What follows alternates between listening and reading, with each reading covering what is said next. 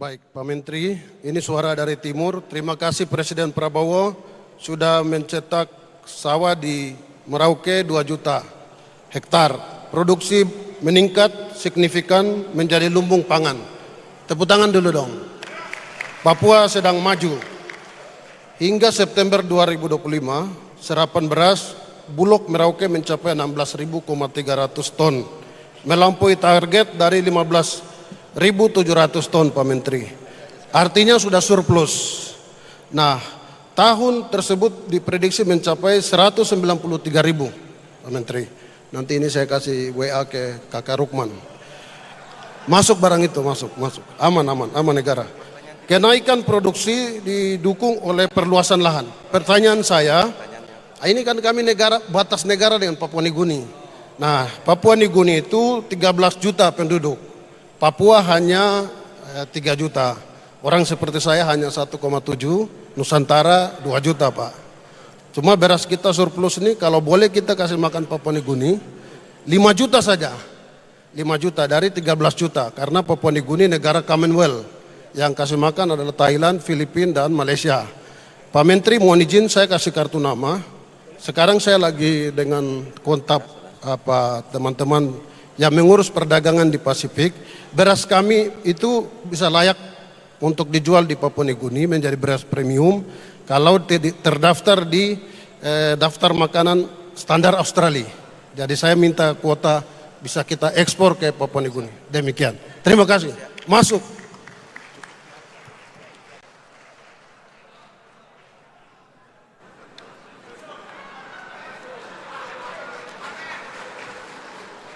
Terima kasih, ini pertanyaannya berat-berat. Kami jawab mulai dari bawah, Papua Selatan. Ini untung beliau ingatkan. Kami diminta Bapak Presiden, Pak Mentan bangun 1 juta hektar. Dan aku ingin Papua Selatan adalah produksi beras terbesar dunia dan lumbung pangan terbesar dunia. Kami baru pulang dari Arkansas. Kami pulang dari sana, luasnya 1,2 juta ekor, bukan hektar. Hanya 500.000 hektar, sehingga saya katakan, Pak, kali 2 daripada pertanian Amerika. Dan produksi kita tidak kalah. Kemudian kita lihat, ini Merauke. Terima kasih, tolong Pak Ketua Kadin Merauke, kalau saya ke sana kita sama-sama. Ya, kita sama. Ini kami rintis. Ini lahannya sudah 70 km. Terus Bapak Presiden kunjungan pertamanya adalah ke Merauke. Beliau katakan, Pak Mentan, aku dengar padi tidak bisa tumbuh.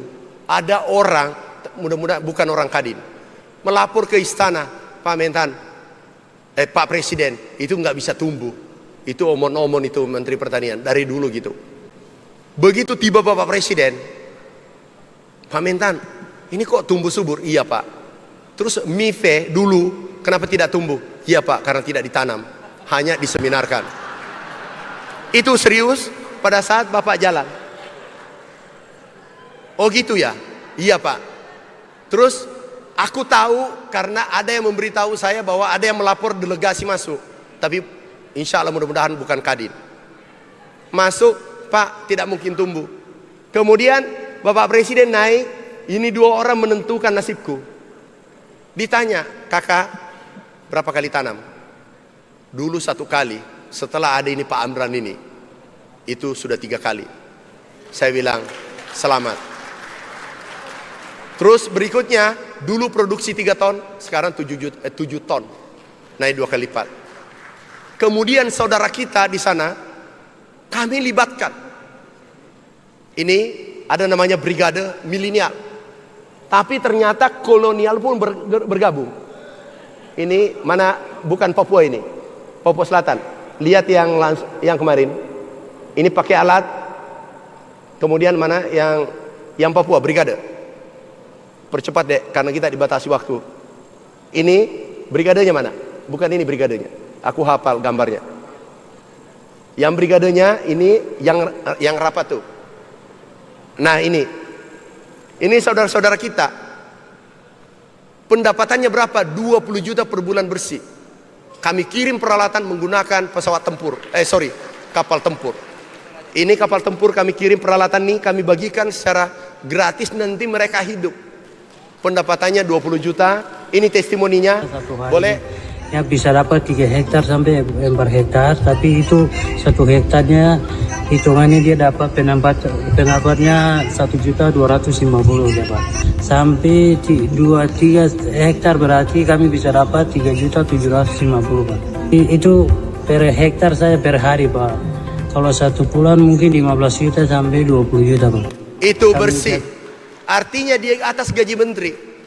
Gaji menteri 19.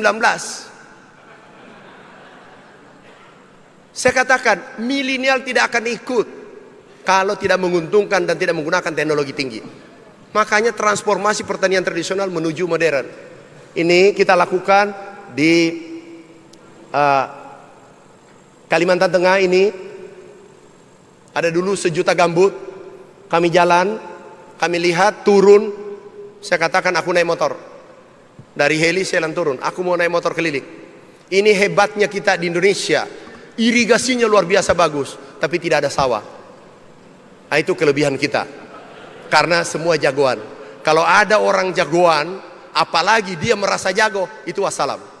Yang saya pahami menjadi pengusaha. Kalau ada orang selalu sudah mengatakan dia lebih, itu terpuruk hidupnya. Itu awal dari kehancuran orang itu. Yang saya pahami. Aku naik motor, keliling, saya katakan, mulai hari ini bongkar, kami lapor Bapak Presiden. Bisa nggak kami, karena targetnya Bapak spektakuler, harus saya bergerak spektakuler.